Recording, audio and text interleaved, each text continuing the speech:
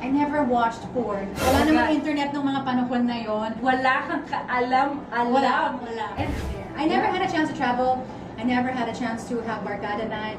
Inuman. I didn't even start drinking till I was 36 years old. right. Because Yes, hindi naman us. talaga ako umiinom, di ba?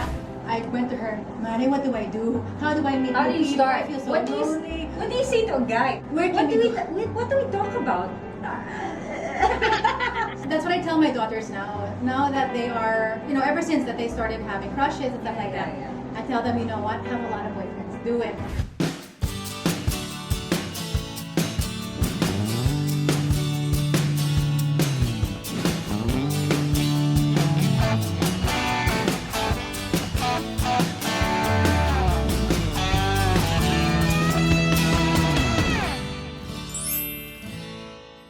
Hello everybody and welcome to our channel. Today, my guest, my very special guest is my very good friend, my contemporary as well. We started in the business almost the same time. She's an amazing mom, friend, business woman, yada yada yada. Lahat na kasi pinasukan niya. Miss Regine Tolentino. Nahirapan ako introduce ka, Mare. Dahil ang haba kasi. Thank you very much for being in my show. Yes, of course. This is my first time to somehow host. So, medyo bear with me. Ano ba? You're doing great. Yes. So, yeah, thanks for having me. Of course, yan, kumare ko si Andrea. And we go way back, Star Circle days. And she's my go-to person when I have problems sa buhay. Yes. Tell them about, singit natin, tell them about Palibasa Lalaki. So like, I got married early, and I was a regular of Palibasa Lalaki at that time. And Yeah. so, I left the show, and boom. And boom, thanks to you, I got a job. So, alright, today we're gonna talk about motherhood. But I guess what's special about the two of us, we were a single mom at one point. But now, ayun, we found the light under at the end of the tunnel. So now you're in a wonderful relationship. Now you have Rosie. Likewise. So we're gonna talk about that some more. And ako din, I'm with Anthony now. So yeah, moving on. How is everything with you? Tell us about Rosie being a mom. I'm great. I'm loving motherhood again, second time around, because I had my first set of kids. I was only 20 years old, and my two daughters are now dalagas, age 20 You're and so 22. lucky. I'm so lucky because I also have parang 2 moms na rin, 3 moms na kami sa bahay, because with our new baby Rosie, she's 1 year and 4 months na. So we're just all like, bonded by taking care of her and just having fun. Like a teamwork, ano? It is. It's great, and when you talk about being, that time of separation, and you were single moms, yan, baka may mga makarelate dyan. It's just refreshing to be in another relationship. And there was a time na talaga I thought walang pag-asa, and I was so new at the time. So yun, life is good now, thank God. And yun, nakatulong ka rin na magbigay ng advice mo, because I really had no idea what I was doing the time na single mom ako. I guess you really just had to go through that, because if you didn't, you wouldn't know how to handle this That's true. relationship that you have. Absolutely. Because wala kang kaalam. Wala. And To make a long story short, I grew up in the States, moved here when I was 16, nag-artista na ako agad. I had no chance to really enjoy my teens because I went straight to work, so busy, and my mom was also very controlling sa career, sa lahat. So parang my escape was to just fall in love, which is my thing. I love a love story. And I was saving my virginity for marriage. Right. So I thought he was the one, and I got married at age 18, had kids, started the business, and then I realized after the separation, because may third party. And it was a realization for me, because I thought, really? He's gonna do that to me? Diba? And then I realized so many things that I didn't know. And I only realized that now na may bago akong relationship. What I was saying, what somebody told me na parang, sana, for some people, meron kang partner or husband or boyfriend of your adolescent, of your younger years. And then you have a partner of your older years. yun nga po, instead of mag-collect siya and then select, nag-select po kagad Nang siya. isa lang, di ba? Nang isa lang. So for those of you out there, and ako din sinasabi ko rin sa anak ko yun, just take your time. Don't rush childhood, your childhood, because mabilis po ang buhay. So yeah, that's exactly what happened to her. The first guy na in love. Nakala niya, yun na yun, Yeah. this is it. But Yeah. hey, you know, may mga Well, it fairy worked tales out din for naman. 18 years, and we have 2 beautiful children who are so smart and Of course, Rain and Regan. yes. That's what I tell my daughters now. Now that they are, ever since that they started having crushes and stuff like that, I tell them, you know what, have a lot of boyfriends. Do it. Yeah. If you want to have a long Advice engagement, natin sa kanila. kung gusto niyo mo, Yeah, I mean, yeah. kasi ako, I'm so traditional, so Catholic. Even though I'm raised in the States, I have a very Catholic, traditional, conservative family. And so, dala ko yun pag ano ko dito. Even though I enjoy showbiz, I try to, just maintain that whole mode of thinking. But now that I'm more mature and I learn so much more now, Yeah. I tell them, go date, have many boyfriends, and Yes. take your time. Marriage is always there. I never had a chance to travel. I never had a chance to have barkada nights. Inuman. I didn't even start drinking till I was 36 years old. Right. Because hindi us. naman talaga ako umiinom, di ba? So, Even ngayon pag inom, tatanungin niya, kumari paano ko tayo Yeah. And everything, so when we split up before, I went to her, Mari, what do I do? How do I meet How do new you people? start? I feel so What lonely. do you say to a guy? Where can What do we talk about? So, yeah. Yeah. Ganon kakaano talaga. True. And Oh, God. and that's what's amazing about our friendship. And like we learn a lot from each other. Yeah. She gives the best advice. When I told her, Mari, we split up. You know what she said? Thank God. That's the first thing she said. Thank God. And I said, really, Bakit? Because he's a bum. He said, you can meet other people. You're better off with other people. And I didn't realize that because when your world You is so deserve small, so much more and better treatment than what you were getting at the time. Thank you. So, yeah. Mine naman was, hindi pa pala siya tapos sa isang relationship when he said he was done with that. So, so we learned from each other, so at least we could look at that our relationships in different perspectives. There's a lot of times where I think I wish I did what she did, and I think there are times where you also feel the same, Yes. that you also want to do the marrying thing, want to do the many kids thing, or what. Baliktad naman tayo ngayon eh. Ako naman She yung wants to walk down the conservative. aisle. Ako naman, hey, marriage, are you kidding? Yes. Wag na! You don't need that. I'm like, okay. Yeah. So- Well, that's just my thinking now. But really, like, everything, I learned so much from my new relationship and you the Right. most, because like I didn't know things about sex. I never watched porn. Wala Oh, namang God. internet nung mga panahon na yon. Wala akong friends na makausap ko kasi like I said, I'm kind of conservative and shy. Before kasi when you're married young age, and then I don't have that information from my parents because we don't talk about things like that. They're not like that. Yeah. So when I got into marriage, like I didn't know like how to really do it right. Right. Until like lately na may internet na the past like 10 years. And I guess our generation as well. Worst is the one before us. Parang medyo taboo to talk about those things or to parang hindi siya yung something that you would talk to your partner about na. You know what I mean? That's Like, the thing. we're not I as didn't even know open. how to have the big O for Right, the longest right. time. Yeah. Kaya hindi ko siya ma-enjoy fully. I Uh-huh. felt kind of like it was kind of like even a burden because it wasn't something that like, Yeah. you know how, unlike now, parang na-appreciate ko and like, their communication is great, so everything is working out great. Thank God. Yeah. But yeah, I just didn't know those things. Wow. And that's why for people out there na in a relationship or are thinking about marriage or even whatever, basta you're an adult, Yeah. it's so important. Sex is important. It's important to know your body, Yes. what you want, what will make you happy in terms of that topic. Okay, sex.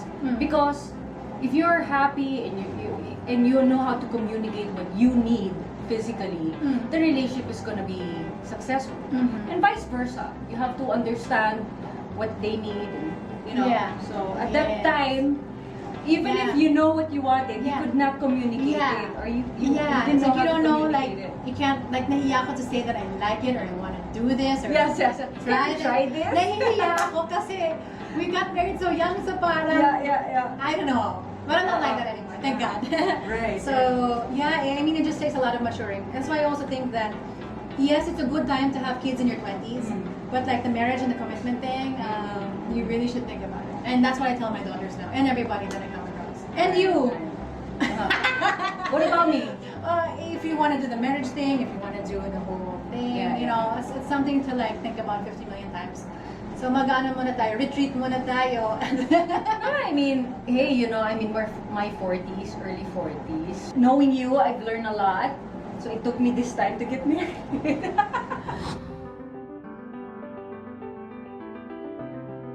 Is it a decision to be a single mom? It's just circumstance has it that I became a single mom, and so I'm lucky that people like kind of embraced it and support it. I mean, ganun naman ang Pinoy, very understanding naman. So I didn't have any problem, and I still don't. However, ang ano lang, not even if just with or without a partner, it's just being a mom in general, and like trying to do things like dancing, wearing stuff, going places that people think na parang, ay nanay ka na, hindi mo na dapat yung ginagawa. Right. Those kind of things. But other than that, as a single mom, I'm lucky that I had a lot of support groups also to be there. Right. My kids were like my rock this whole time, and Rain was just so strong. We did go to counseling. Right. But yeah, I was busy, so hindi ko na maisip yung emotional stress. Plus, I think we live in a different world nowadays. Na parang hindi siya ganun kasama na naman. Yeah. Diba? Si Kylie So, Jenner ata nagpauso niyan. Being a Yeah. single mom is cool. Hindi Kaya naman ko- kinokondone. Hindi Yes, naman yes. natin inaano. But it happens. And as for me, of course, as much as possible, I don't make a big fuss out of it because I don't want Bea to grow up to feel that she's in a wrong setting or setup in life because we live in a different times and things happen and we have a modern day family. Anthony is another kid and the same as me. So yeah, and I want her to understand that it's okay. It's okay that we have this kind of setup in life and don't feel that you are any different from a complete family per se. Diba? Kasi some people nga, they're complete but inside They're broken. they're broken and I mean, hey, I'd rather be true to her and at least she understands what's going on and she should be okay. Mm-hmm.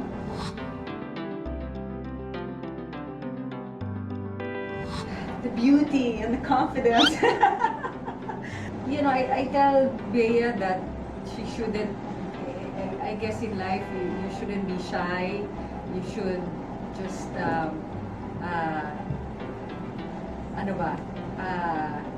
just put yourself out there and just have all the confidence in the world to face the world. Like ako, siguro yung pagiging organized, OC, independent, entrepreneurial, ganun din naman ako, I think. Right. And multitasking. They can do a lot of things at the same time. Talagang na-cherish ko yung bond namin dalawa. Talagang the unconditional love that it was a special moment in our life kasi talagang kami lang talagang dalawa. Yeah, you? Good things about being a single mom.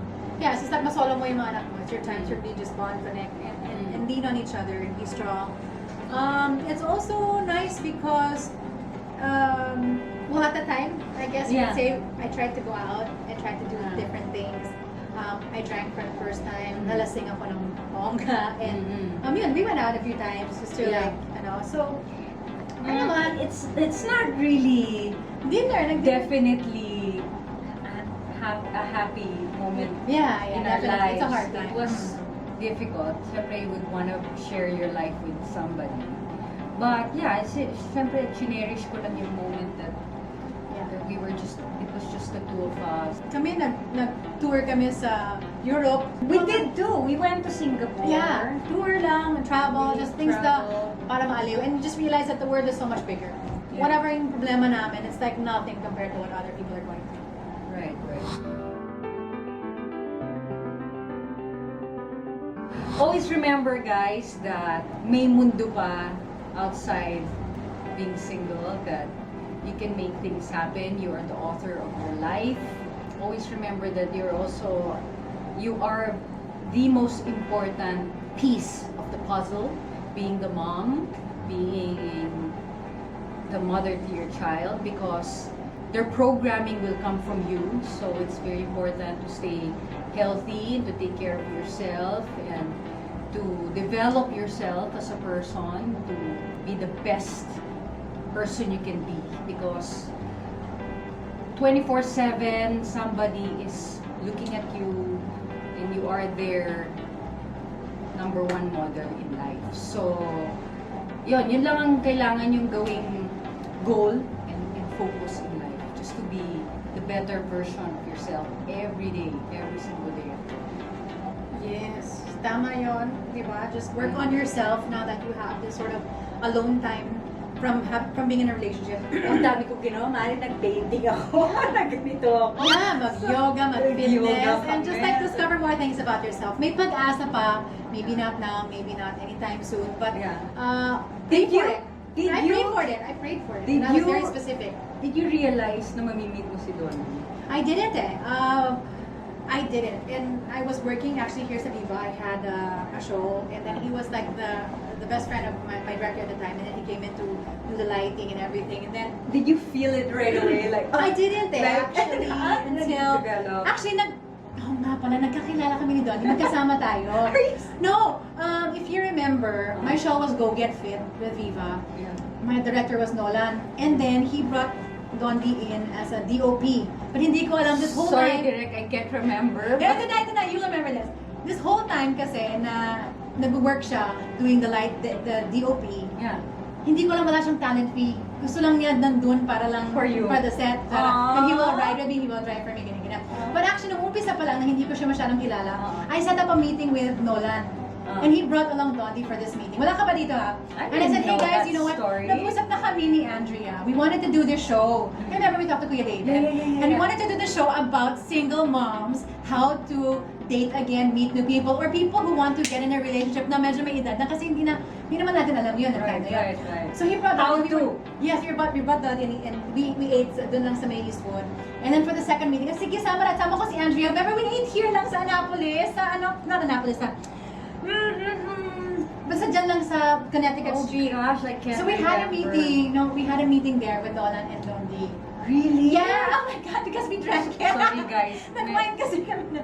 The brainstorming was about the new show, about us, you know, Oh, parang I can't remember. parang siyang powder room girl talk. Right. Things that like what girls want, how to meet people and stuff like that. And it was supposed to happen. Oh, this is it. That is what It's we're about doing being it's about being single. So yun.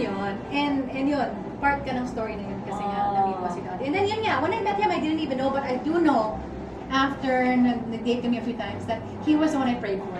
Because I was very specific. Remember in PSI, we had this thing, you have to be specific what you wish for. So I wished Right. for a guy that's like crazy about me, that Yes. will take care of me, Right. that loves my kids, Yeah. that is a good dresser, handsome, and tall. Yeah. So he was an answered prayer.